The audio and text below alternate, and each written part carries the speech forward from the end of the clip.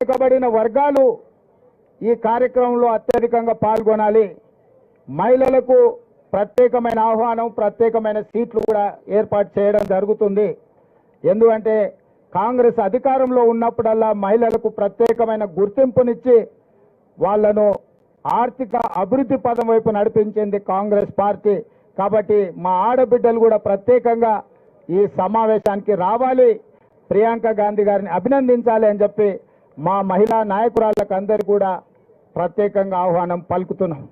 మా నిర్వాహకులకు కూడా స్థానిక నాయకత్వానికి కేఎల్ఆర్ గారికి, రంగన్నకు, ఇక్కడ ఉండే ముఖ్యమైన నాయకులకు ముందు వరుసలో మహిళలకే పాసులు ఇచ్చి కొన్ని బ్యారికేడ్స్ వాళ్ళకే ప్రత్యేకంగా కేటాయించండి. ఎందుకంటే వాళ్ళ ఆశీర్వాదం ఉంటే ఎంత పెద్ద ఎన్నికైనా అవలీలగా గెలవచ్చు. మన గెలిపించి చూపించిండ్రు. మన పరేడ్ గ్రౌండ్లో 1,00,000 మంది ఆడబిడ్డలు కదం దొక్కి ప్రతి ఆడబిడ్డను కోటీశ్వరరాళ్ళను చేస్తామని మనం మాట ఇచ్చినాము. ఆ విశ్వాసంతో ఆడబిడ్డలు అందరూ కూడా వస్తారు. వాళ్లకు ప్రత్యేకమైన ఏర్పాట్లు చేయవలసిందిగా నిర్వాహకులకు ప్రత్యేకంగా నేను ఆదేశాలు ఇస్తున్నా. ఏదైనా సమస్య వస్తే మా చైర్పర్సన్ గారు ఉన్నారు, మా మేయర్ గారు ఉన్నారు, ఇక్కడనే స్థానిక మేయర్ గారు, అదేవిధంగా చైర్పర్సన్ గారు, మీరు ఆడబిడ్డలకు సంబంధించిన ప్రత్యేక నిర్వహణ కార్యక్రమాలను మీరు ప్రత్యేకంగా చూసుకోవాలి.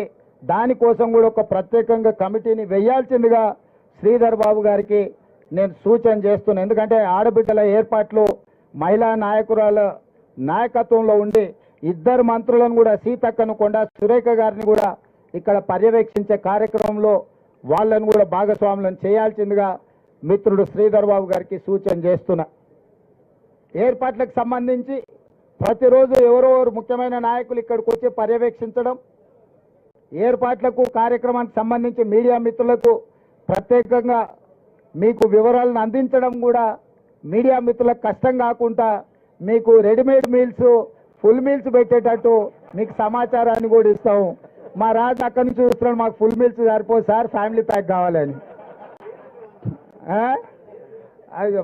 కాంగ్రెస్ అంటేనే కలిసిమెలిసి ఉండాలని, దూరంగా దూరంగా కూర్చోవద్దు. ఒకరి మీద ఒకరు కూర్చున్నట్టుంటే మన అందరికి అభిమానం ఎక్కువ ఉంటుంది అని చెప్తా మొత్తం చెప్పినాక చారి గారు సర్రా తొందరవాడు చారి గారు. సో అన్ని ఏర్పాట్లు చేపిస్తాము. మీడియా మిత్రులకు కూడా ప్రత్యేకంగా ఏర్పాట్లు కానీ, బ్యారికేడ్స్ కానీ, పాసులు కానీ, రవాణా సౌకర్యాలు కూడా ఏర్పాట్లు చేయాలని చెప్తున్నా. అదేవిధంగా ఇంకా తెలంగాణ రాజకీయాల విషయానికి వస్తే, మొన్న మాజీ ముఖ్యమంత్రి ప్రతిపక్ష నాయకుడు కల్వకుంట్ల చంద్రశేఖరరావు గారు పొలం బాట పట్టిండ్రు, సంతోషం. 10 సంవత్సరాల తర్వాత అయినా తెలంగాణ ఉన్నది, తెలంగాణలో రైతులు ఉన్నారు అని వారికి గుర్తొచ్చినందుకు, గుర్తు చేసినందుకు కాంగ్రెస్ పార్టీ కార్యకర్తలను ప్రత్యేకంగా అభినందిస్తున్నా. ఎందుకంటే అధికారం కోల్పోకపోయిన ఉండుంటే, అధికారం కోల్పోయిన దుఃఖంలో ఆయన కింద పడి గాయం కాకపోయిన ఉండుంటే, అవినీతిలో పాల్పడి కూతురు జైలుకు పోకపోయిన ఉంటే చంద్రశేఖరరావు గారు మనకు కనిపించడానికి కూడా దొరకకపోవు. తుపాకీ గుండుకు అందకపోవు, దొంగకు దొరకకపోవు. వారు అధికారం కోల్పోయినందుకు, కిందపడి గాయమైనందుకు, కూతురు జైలుకు పోయినందుకు మాకు కొంత సానుభూతి ఉంది సాటి మానవుడిగా. కానీ ఆయన వ్యవహరించిన తీరు మాత్రం ఆక్షేపణీయము.